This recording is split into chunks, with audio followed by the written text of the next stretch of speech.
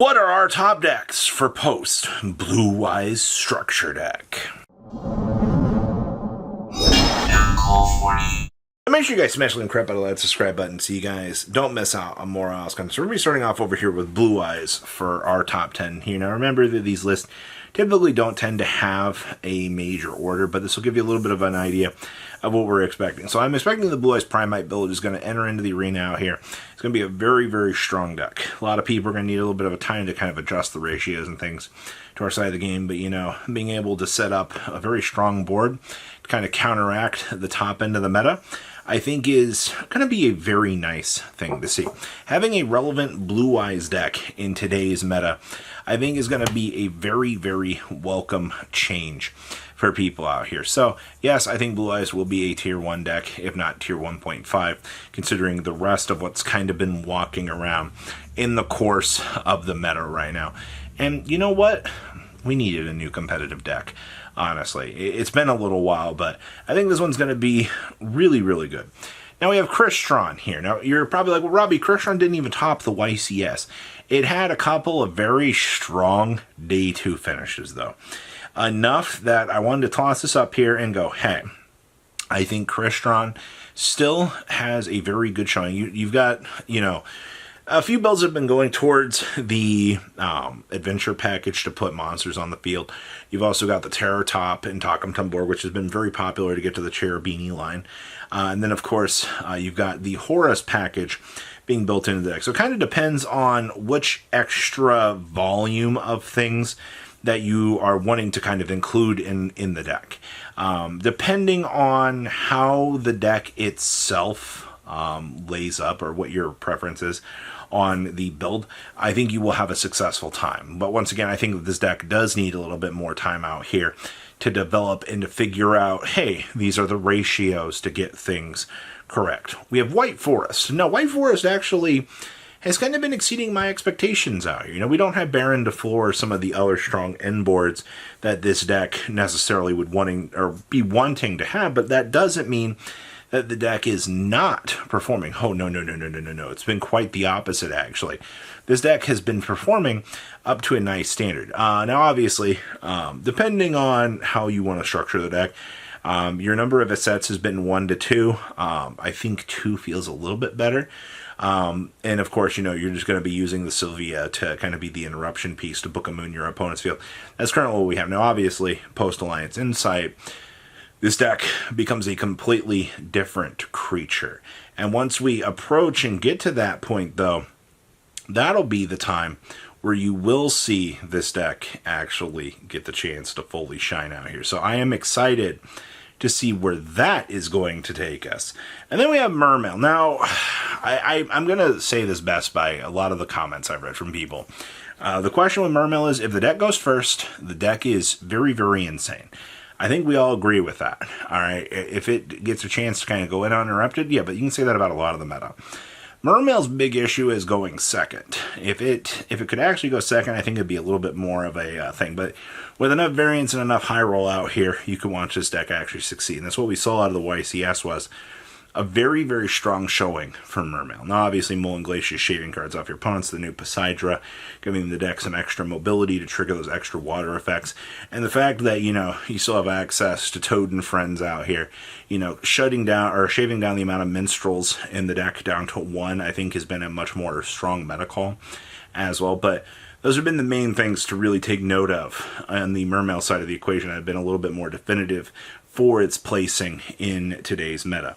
Now, we've also got Tenpai. Now, Tenpai has evolved. It's evolved into this Sky Striker pile out here, using, I think it's been like, what, 33 spell cards or some insane number like that? You know, Dark Will No More's Ultimate Slayers. You know, I saw a build actually playing Change of Heart recently out here as another board breaker card to aim to clean up the problem. And that's stupid. The fact that you can use all of these options to just control your opponent is freaking insane. Plus, you know, you've got all the draw power on the Sky Striker side of things. You know, you're getting some pretty insane draw power off of this. And you just got to find a Tenpai card to kill your opponent. That's all there is to it. Deck is honestly performing up to a very, very high standard. And I'm actually very surprised to see that Tenpai went through such a harsh evolution out here to continue to survive. Next up is Primite Fiendsmith. Now, this deck has not been, well, Fiendsmith in general has been doing relatively well. Depends on what package you want to do, but I specifically want to mention the Primite build here because it's kind of fun. Being able to use frickin' Summon Skull in combination of things as well with this deck, it's really frickin' funny just to watch what this deck is able to do, man. You know, we don't have pity. You know, we're relying on the White Dowston out here to be this little piece to kind of bring this together, but I think that the Fiendsmith package in general is one of the most toxic parts of this format. Ask anybody and they'll tell you the same thing out here. There's a lot of Fiendsmith problems, you know, beyond this point here. You know, this is just, you know, the Primite build. You've also got the Kashtira build on the Primite side of things. It's not very good to be letting this engine run around out here. Now, I want to talk about Maliss here for a second. So, Maliss, I would say, is probably one of your best decks in today's format. It had 19 decks in Top Cut out of the last event. It really gave a fantastic showing for itself out here. And this is all post-Alliance Insight. Now, obviously, you know, the next best deck is going to get a lot more components and a lot more moving pieces out here in the future, which is going to kind of put this deck into a really, really bad position, especially when we can start getting into some Lancia loops and things like that. A lot of people are not really happy about Maliss getting bullied in that way, but once Alliance Insight comes out, you know, you will see that change in the scope of the meta. So for now, Maliss is for sure on the top end of things out here, being one of your stronger decks. So that's just probably what are the next three. So the next thing I want to talk about are the components of the other decks. So I want to start off with Pure Ryzeal here. Now, Pure Ryzeal has been performing the worst of the three variants.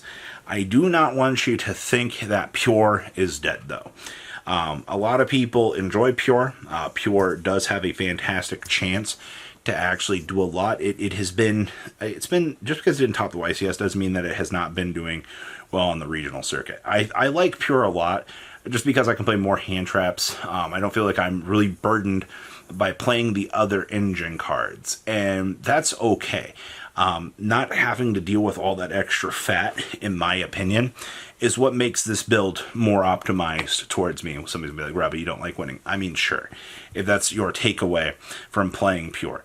I just think that the combos are a lot more straightforward. I don't have to worry about the bricking side of the equation that comes with, you know, the other two variants, which steps into Mitsurugi out here. The Mitsurugi build for this deck has been absolutely crazy to see. So many people, you know, figured this out very early on. We got the chance to see, you know, oh crap, you know, having ritual monsters be involved out here, having board wipes coming down. That's a lot of stuff that this deck can actually do that is just so much stronger off than what the average Ryzeal build could do. And obviously, you know, it's fighting with its brother out here, the other combo hybrid, but the Mitsurugi build, you know, you got a lot of cool pieces handed to you. And the OCG never got to experience the Mitsurugi build because, you know, those cards are locked behind TCG exclusive. You know, the fact that, you know, we have these cards and the OCG doesn't is a completely different creature from what they've actually got. So Mitsurugi build definitely is the second strongest of the variants. And then we have Fiendsmith. Fiendsmith Ryzeal has been what a lot of people would call the craziest deck in the format. And the reason for this is, and I know a lot of people are like, oh, you know, Fiendsmith Ryzeal's bad. It has proven itself to be, without a doubt, the craziest build out here for this deck. The Fiendsmith stuff just gives this deck so much floatability and such a strong reassurance of things. It absorbs hand traps like it's crazy. This deck does not care what you throw at it.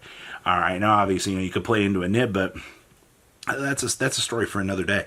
This deck, it needs to be checked, honestly. It's inching a little bit further ahead of the Mitsurugi build, and the Mitsurugi build already feels very far ahead. So yeah, there's a lot to be said right now. But those are your top 10 decks right now for post-Blue Eyes Structure deck.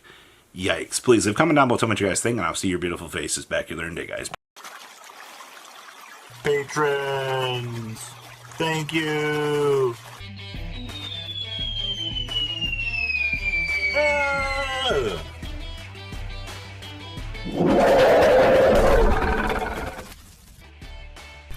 Thank you so much for watching. Check out these other videos.